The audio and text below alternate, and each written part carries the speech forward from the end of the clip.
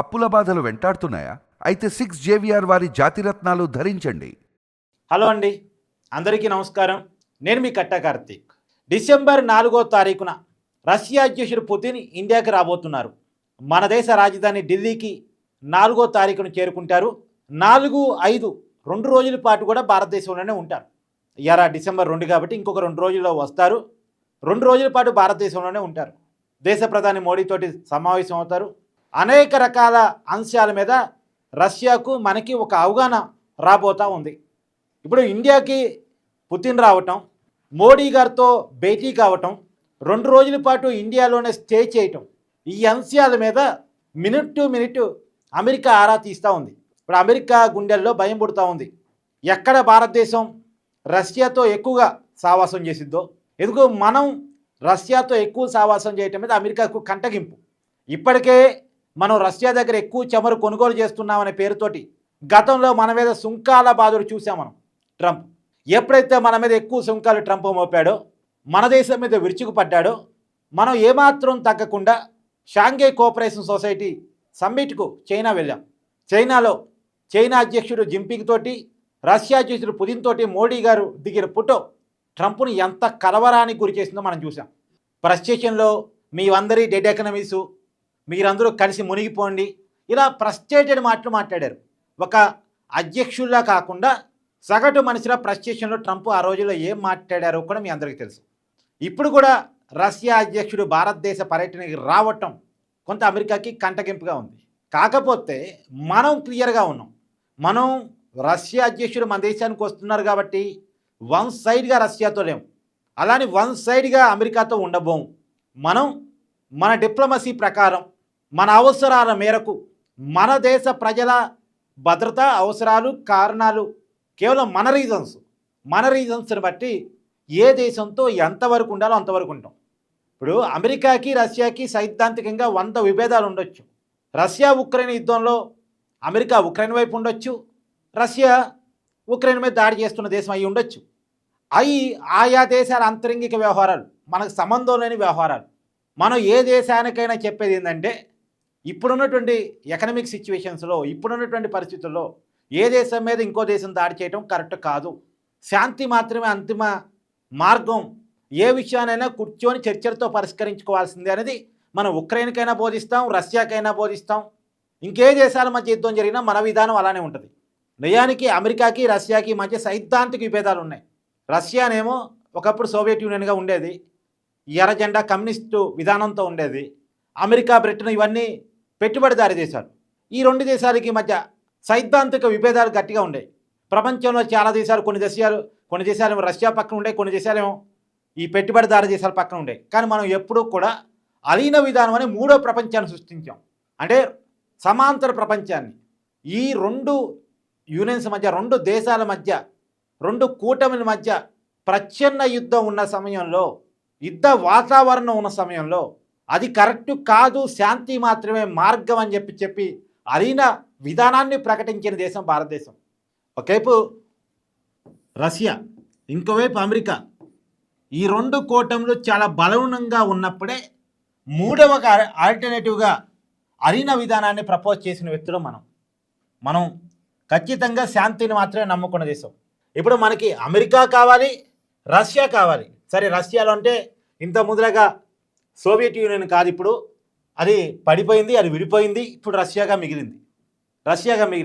ఇప్పుడు రష్యా సరే అప్పటికి కూడా కొంత లెఫ్ట్ విధానాలతోనే, కొంత మారినటువంటి పరిస్థితుల్లో తన విధానాన్ని కొంత సవరించుకొని కొంత లెఫ్ట్ ఆలోచనతో ముందుకెళ్తూ ఉంటుంది. ఇప్పటికీ అమెరికాకి రష్యాకి మధ్య సైద్ధాంతిక భేదాలు ఉంటాయి.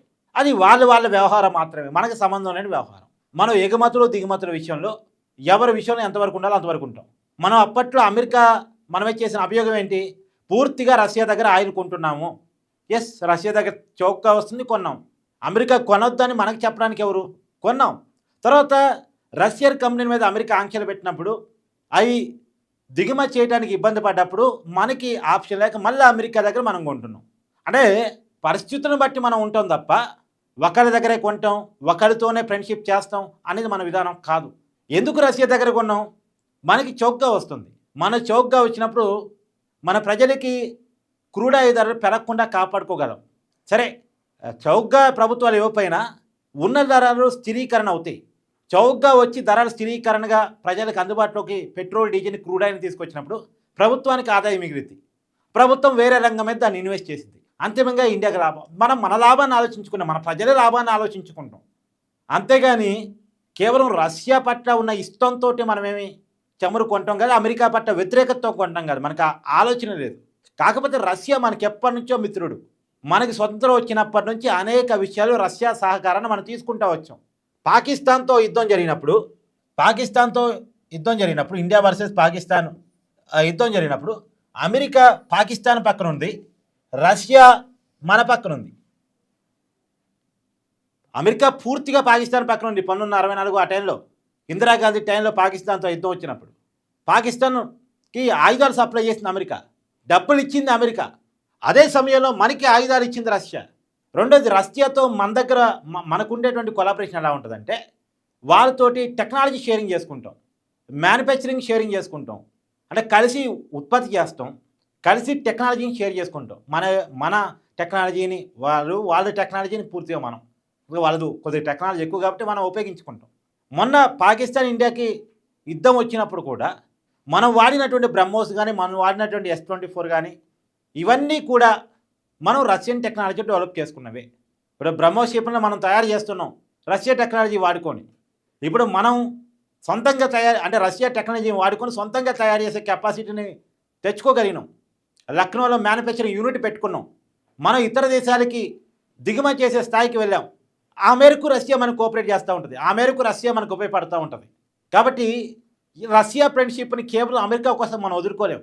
రష్యాతో మనకుంది చాలా లాంగ్ రిలేషన్షిప్. పాకిస్తాన్తో జరిగిన ప్రతి యుద్ధంలో మనతో ఉన్నది రష్యా. ఈ రోజుకి అమెరికా డబల్ గేమ్ ఆడిద్దాం కానీ రష్యా డబల్ గేమ్ ఆడదు. మొన్న కూడా పాకిస్తాన్కి ఆయుధాలు ఎక్కడి నుంచి వచ్చాయి? అయితే చైనా లేదా అమెరికా. మనతో యుద్ధం చేయడానికి ఆయుధాలు ఎక్కడి నుంచి వచ్చాయి? అయితే చైనా లేదా అమెరికా. మొన్న కూడా IMF నుంచి 1000 కోట్ల రూపాయల నిధుల్ని పాకిస్తాన్కి అమెరికా ఇప్పించింది. పాకిస్తాన్ ఆ నిధులు దేనికి వాడిద్దో అమెరికాకు తెలియదా? ఉగ్రవాదానికి వాడిద్ది, సైన్యానికి మాత్రమే వాడిద్ది, ప్రజల కోసం వాడదు అన్న విషయం అమెరికాకు తెలియదా? తెలుసు కూడా ఇప్పించింది. ఇంకో దేశం మీద అణ్వాయుధాలని పేరు చెప్పేదారు విరుచుకు పడితే యుద్ధానికి వెళ్ళేది అమెరికా. కానీ పాకిస్తాన్ మా దగ్గర అణ్వాయుధాలు ఉన్నాయి, మేము భారతదేశంలో వేస్తామని అమెరికా గడ్డ మీద నుంచి పాకిస్తాన్ ఆర్మీ చీఫ్ మునీర్ ప్రకటన చేస్తే కనీసం స్పందించలే. పైగా అదే ఆర్మీ చీఫ్ మునీరు ట్రంప్ అధ్యక్ష భవనంలోకి పోయి ట్రంప్తో భేటీ అవుతాడు. ఒక దేశ ఆర్మీ చీఫ్ అమెరికా అధ్యక్షుడితో భేటీ అవుతారా జనరల్గా? ఒక దేశ అధ్యక్షుడు ఇంకో దేశ అధ్యక్షుడితో భేటీ అయ్యారంటే వేరు. Pakistan prime minister America white హౌస్లోకి వెళ్ళి ట్రంప్ గారితో భేటీ అయ్యారంటే అది డిఫరెంట్. కానీ మునీరు పోవటం ఏంటి? ఎవరు మునీరు? ఒక ఆర్మీ చీఫ్ వెళ్ళి అమెరికా అధ్యక్షుడితో భేటీ కావటం ఏంటి? ఆ ప్రయారిటీ అమెరికా పాకిస్తాన్కి ఇస్తూ వస్తుంది. అందుకనే మనం మన ఫ్రెండ్షిప్ను వదులుకోవడానికి సిద్ధంగా లేము. ఎప్పుడు ఎలా ఉంటాడో తెలియనటువంటి అమెరికా వాడి కోసం మనం ఎందుకు మన లాంగ్ రన్ ఫ్రెండ్షిప్ను వదులుకుంటాం? అలాగని అమెరికా పట్ల వ్యతిరేక భావం ఏమీ లేదు మనకి. అమెరికాతో ఉండాల్సిన వరకు ఉంటాం, అంటగాగం అంతే. మనం అంటగాగటం ఉండదు ఒకరితోటి. ఎంతవరకు ఉండాలో అంతవరకు ఉంటాం, ఎలా ఉండాలో అలా ఉంటాం. ఏది ఏమైనా పరిస్థితులను బట్టి ముందుకెళ్ళాలనేది మన ఆలోచన. మన డిప్లొమసీ ఏంది? మారుతున్న పరిస్థితులను బట్టి ముందుకెళ్ళాలి, మన దేశ అవసరాలకు అనుగుణంగా ముందుకెళ్ళాలి, మన దేశ ఇంట్రెస్టులే మనకి ముఖ్యం కావాలి అనేది మన ఆలోచన. ఏదేమైనా డిసెంబర్ 4-5 తారీఖుల్లో రష్యా అధ్యక్షుడు పుతిన్ ఇండియాకి రాబోతున్నారు, న్యూఢిల్లీ చేరుకోబోతున్నారు, మోడీతో భేటీ కాబోతున్నారు, 2 రోజుల పాటు భారతదేశంలోనే స్టే చేయబోతున్నారు. భారత్ రష్యా సంబంధాలు మరింతగా పెరిగేటువంటి అవకాశాలు కనపడుతూ ఉన్నాయి. అయితే ఈ మధ్యకాలంలో కొద్దిగా రష్యా నుంచి మనం చమురు కొనుగోలు తగ్గించాం కాబట్టి, సరే అమెరికా ఒత్తిడా లేదు మారిన పరిస్థితుల విపరీతమైనటువంటి ఆంక్షలు రష్యా కంపెనీ మీద ఉండటం కారణమా ఏదేమైనా రష్యా దగ్గర కొద్దిగా చమురు కొనటం తగ్గించాం కాబట్టి ఆ విషయం మీద ప్రధానంగా చర్చ వచ్చే అవకాశం ఉంది. మరి రాబోయే కాలంలో వీరిద్దరి మధ్య ఎలాంటి చర్చలు వస్తాయి, ఎలాంటి అవుట్కమ్ బయటకు వస్తాయి అనేది కూడా మనం చర్చించే ప్రయత్నం చేద్దాం.